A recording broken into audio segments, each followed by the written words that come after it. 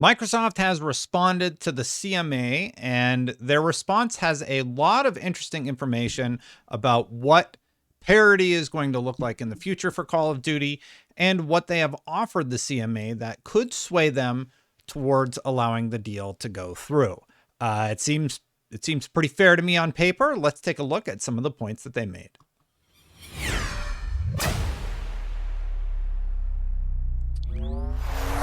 So diving in right away, I'm just going to go through the official document. I've highlighted a few things here. Microsoft stands ready to enter an agreement with Sony, as we know, to ensure that COD remains on PlayStation. Microsoft has repeatedly committed to do so, both publicly and privately. Sony has steadfastly refused such an agreement with Microsoft, calling instead for the merger to be prohibited. Sony's position must be seen for what it is, a self-serving attempt to protect its dominant market position rather than one founded on genuine concerns regarding its continued access to COD, which it could have secured on attractive terms months ago. We talked about it in the video with Lulu Chang Maservi. Jim Ryan straight up told her to her face, "I don't want your deal. I want the merger to be blocked," basically. So he has no interest in signing a contract, and I don't think that's going to be in their best interest. But then again, I've said this a lot. Jim Ryan is trying to get better terms and conditions, and he doesn't really have a good reason to sign any contract with Microsoft because all of these agencies are going to force Microsoft to enter into a contract with Sony anyway. So PlayStation doesn't really have to do anything, and they're not going to do anything. So continuing on. The proposed remedies in this case involve arrangements with the parties would enter into under normal circumstances. First, the console gaming remedy consists of a licensing agreement in relation to COD, which supplements the existing publishing agreement between Sony and Microsoft. Such publishing agreements in relation to COD have been in place with Sony for the past 20 years. So they're offering Sony these same publishing agreements that they have had for 20 years. Secondly, the cloud gaming remedy consists of royalty-free worldwide licenses to consumers and cloud gaming providers that enable customers to stream Activision PC games, which they have agreed with Nvidia. Wait, that's sort of interesting. That enable consumers to stream Activision PC games, which they have acquired. Does that mean all of them? So you have to buy them first to be able to stream them? I'm curious about that. Agreed with Nvidia. Nvidia has been unequivocal that this commercial agreement is a major boost for cloud gaming and brings incredible choice to gamers. I have to imagine acquired also means like gained access to through Xbox Game Pass and stuff. There were some of the terms were brought up. A lot of this is redacted, but it just shows some interesting stuff here. Specifically in relation to console gaming, the key difference between the proposed remedy and the Sony proposal relate to blank. The key terms of Sony's proposal and the proposed remedy are set out in table 1 below. Issues on which there is alignment are in green, and where there are differences are not merger specific are in gray. The few merger specific issues which are not agreed are in yellow. So then we get this, I'll just show you. You get this whole like graph that's completely redacted, but it shows that, here's where we align, here's where we don't. And I think that could go a long way to allay the CMA's concerns. Since Microsoft has on multiple occasions attempted to engage with Sony, nothing's happened basically. Comparisons of their proposed remedy and Sony's existing terms. At the remedies hearing, the CMA also asked Microsoft to explain how the proposed remedy differs from the existing agreement in effect today between Sony and Activision for COD. The proposed remedy is cut the existing COD agreement between Sony and Activision. This comparison is detailed below in Table 2. The remedy would equalize the COD content available across PlayStation and Xbox, i.e. PlayStation gamers will no longer receive content advantages that Xbox and PC gamers do not receive, as set out in Microsoft's response to the remedies notice. This benefits the blank percent of UK COD gamers who do not play on PlayStation. So they're showing the beneficial effects to not allowing PlayStation to have exclusive content or exclusive skins or exclusive missions or exclusive release access. So that's what they're trying to outline right there. And I'm not going to say it, but you know what you could do if you're not subscribed? You could hit that like button. How about that? Microsoft notes that the CMA did not ask any questions at the remedies hearing. in relation to the scope of the remedy, which would apply to all past, current, and future COD console titles. Microsoft's proposal is that the remedy will apply for a period of 10 years. At the Remedies hearing, the CMA asked Microsoft if the 10-year duration is sufficient and whether there would be a cliff edge for Sony at the end of this period. The 10-year period is redacted. Microsoft considers that a period of 10 years is sufficient for Sony as a leading publisher and console platform to develop alternatives to COD. The 10-year term will extend into the next console generation. Moreover, the practical effect of the remedy will go beyond the 10-year period, since games downloaded in the final year of the remedy can continue to be played for the lifetime of that console and beyond with backwards compatibility. Reading into that, it does seem like there is a potential that there could be some sort of exclusivity thing in the future in terms of content, but it's a decade away, right? Decade 10. Yeah.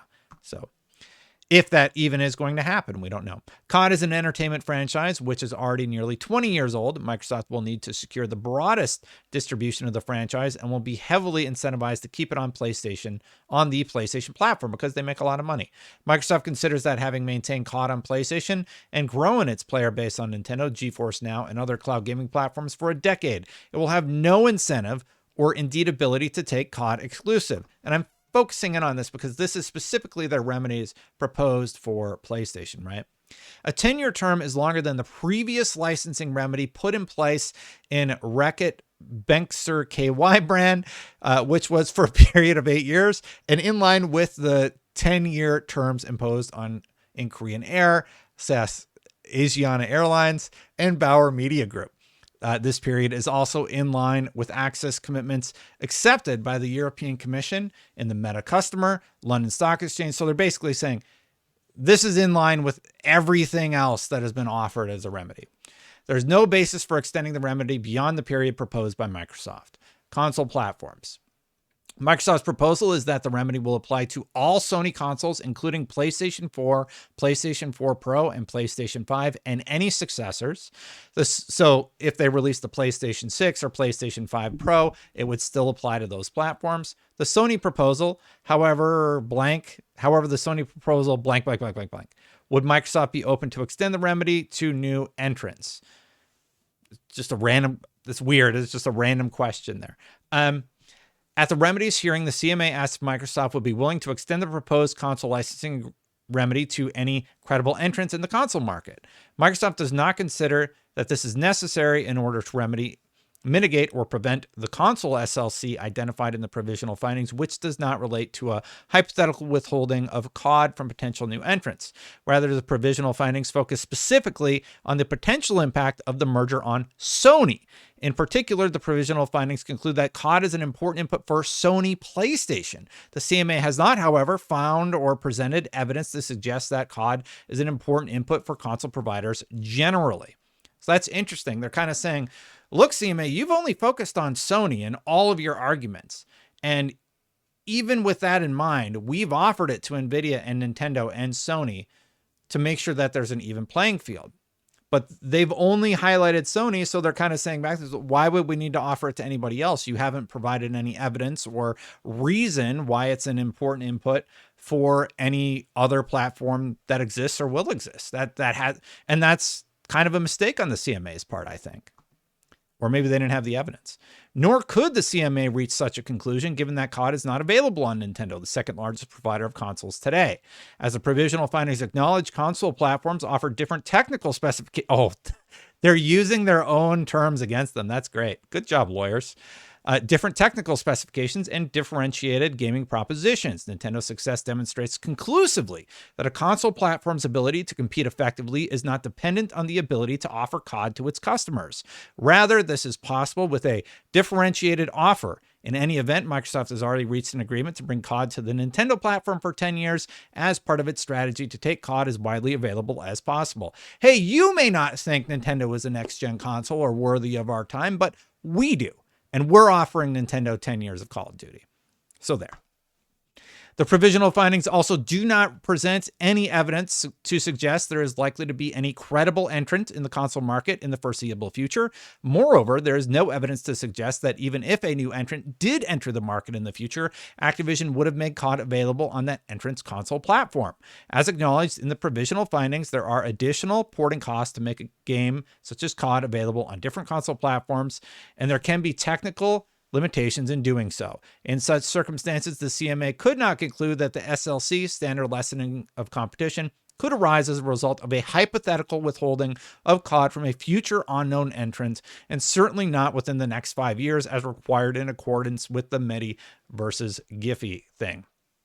And then they talk about, they kind of go on. So let's jump to some of the more juicy stuff. There's a few more juicy things, but that was a big part about Sony. The parties note in particular that there is no basis in the provisional findings for what would essentially amount to a beyond parity obligation requiring Microsoft to develop a PlayStation version of COD which has more features than the Xbox version. Rather, the relevant partial foreclosure mechanisms considered in the provisional findings, which the remedy is designed to address, relate to releasing a worse version of COD titles on PlayStation consoles, for example, with fewer features and degrading the graphical quality of the PlayStation version. The concern provisionally identified is that Sony would be a substantially less effective competitor than it would be absent the merger. As Microsoft will be shipping COD on PlayStation in compliance with its remedy commitments, Microsoft will have every incentive to develop games with optimized support for PlayStation 5 features such as haptics and future consoles in order to maximize sales on the platform. Why would we degrade our chances to sell the game and make billions of dollars? It doesn't make economic sense. And it doesn't really make sense for them in the long run. That's their argument, right? So economic terms, I'll just continue in this section. Microsoft's proposal is that purchases will be subject to a revenue sharing agreement with Sony retaining blank % of the revenue sales from COD games and content related to any COD games. This reflects cut. Taking account of all payments from Sony to Activision, Sony currently receives blank. As such, the proposed remedy, see also below, is better. It's worse. What's the percentage change there? That's what I'm sort of curious about. I'm going to jump down to some of the highlighted stuff. It's a very, very interesting document. It's 27 pages long, but there were some things I believe down here a little bit further. Yeah, here's some good stuff. Here it is. It's like way down there. They talk about a compliance director, making sure that, Microsoft keeps up their end of the bargain, right? Microsoft will appoint blank to be responsible for monitoring and certifying the company's ongoing compliance with the undertakings, the compliance director. The CMA will be informed of the identity of this compliance director promptly after the undertakings are implemented and will be notified of any subsequent changes to the individual assuming the role. The compliance director will be responsible for preparing an annual report certifying the company's compliance with the undertakings, the compliance report. So the CMA doesn't have to do this, basically. In addition, the compliance director will be responsible for inter alia monitoring compliance with the terms of the undertakings, facilitating requests for information, reporting and rectifying any instances of non-compliance, and maintaining staff awareness of the requirements of the undertakings. There's an adjudicator also. Microsoft proposes to appoint an adjudicator to ensure compliance with the parity provisions of the remedy, with the assistance of an objective third-party assessor, see section 4, whatever. The adjudicator will be appointed at Microsoft's own expense and will be agreed with the CMA. The adjudicator will be suitably qualified for the role and will be required to have sufficient expertise of the gaming industry. In the case of any instances of non-compliance, Microsoft agrees to be bound by any directions or requests as may be reasonably required by the adjudicator. Adjudicator. Oh my goodness, was it adjudicator? Sorry. Microsoft notes that an adjudicator's role of this nature has been provided for in undertakings accepted by the CMA in previous cases, including Bauer, Macquarie Ventures, National Grid Wireless Group, and Carlton Granada. Microsoft proposes that the adjudicator would also assume the monitoring trustee functions and be responsible for certifying Microsoft's compliance with the undertakings. So basically, we'll pay for a person that you choose to watch us and make sure that we follow all your rules. And here's the best one. And this is why it's going to be great if the deal goes through. No more exclusive content. The parity decision may impose reasonable conditions which Microsoft must comply with before or as soon as reasonably practical after launching the COD title. In serious cases of non-compliance, the adjudicator will have the power to delay the release of the COD title until appropriate steps have been taken to ensure compliance. The adjudicator will have regard to the impact of any differences between the Xbox and PlayStation versions on the gaming experience for Xbox and PlayStation gamers in determining whether the parity provisions are complied with. Material differences will only be permitted if these are due to material platform limitations on the relevant PlayStation platform or solely caused by Sony. Like if there's something with the controller, I would imagine would be an example of that. Microsoft will not be permitted to release a new COD release on the Xbox console platform until the adjudicator has issued a parity decision verifying compliance with the parity provisions, potentially subject to conditions as noted above. So no content exclusives anymore. Everything comes out at the same time across all the platforms. And I have to imagine that Microsoft would also agree to that for all of the other games. So that was a long video, but we might as well keep going. We're 16 minutes in because a few other things have happened that should be noted. Microsoft has now offered remedies to the EU for its proposed Activision Blizzard acquisition. The European Commission will make a decision by May 22nd. The Microsoft filing that the CMA released today shows that the agency spent a lot of time discussing access remedies with Microsoft, established certain criteria, and raised specific concerns, and allows Microsoft to satisfactorily address them. This is good news for the deal. After MLex and FT Routers now also confirms Microsoft offer to the remedy doesn't even mention Sony. It seems like the EC isn't even worried about Sony right now. In other Activision Blizzard news, Epic's Tim Sweeney welcomes Microsoft's mobile app store plans. Sony has lost control over the narrative. The conversation has moved on. Florian is saying basically people are tired of Sony talking about this. Like, it's time. People want to move on. They want the deal to either go through or be blocked.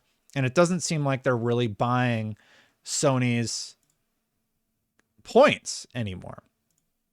And let's see here. There's a few other things I want to address.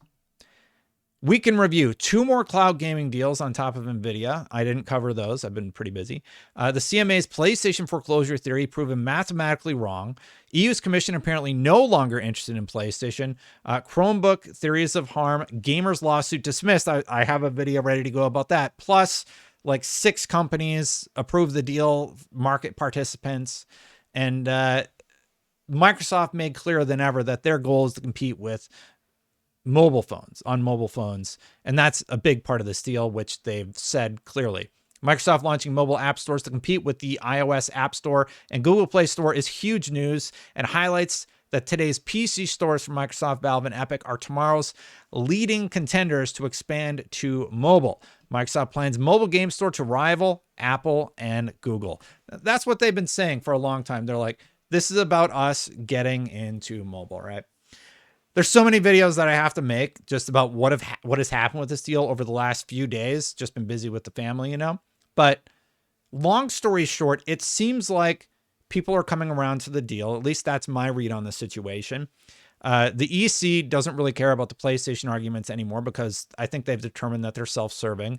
It seems like the CMA has worked based on Florian's read of this. I mean, it's a 27-page document, and they seem to very succinctly address a lot of the concerns brought up by the CMA. And it's going to be interesting to see what ends up happening with this case going forward. I hope that catches you up, and thanks for being patient with me. Hit that subscribe button, hit that bell if you like my content. Thanks for watching it. Or if you're already subscribed, hit the like. Apparently hitting the like button helps your video get more reach on YouTube. So thanks to those of you who do that. Members, thank you so much. Click that join button if you want to become a member and you don't like all the ads, become a member. I post it without ads. There you go. Thanks everybody. I'm going to get out of here. I haven't made a video in a little bit, so I will link to something here that you're not going to want to miss. Maybe the gamer lawsuit or the 6 people that approved it, but you can check that out right here. I'll see you for the next one. Bye for now, everybody.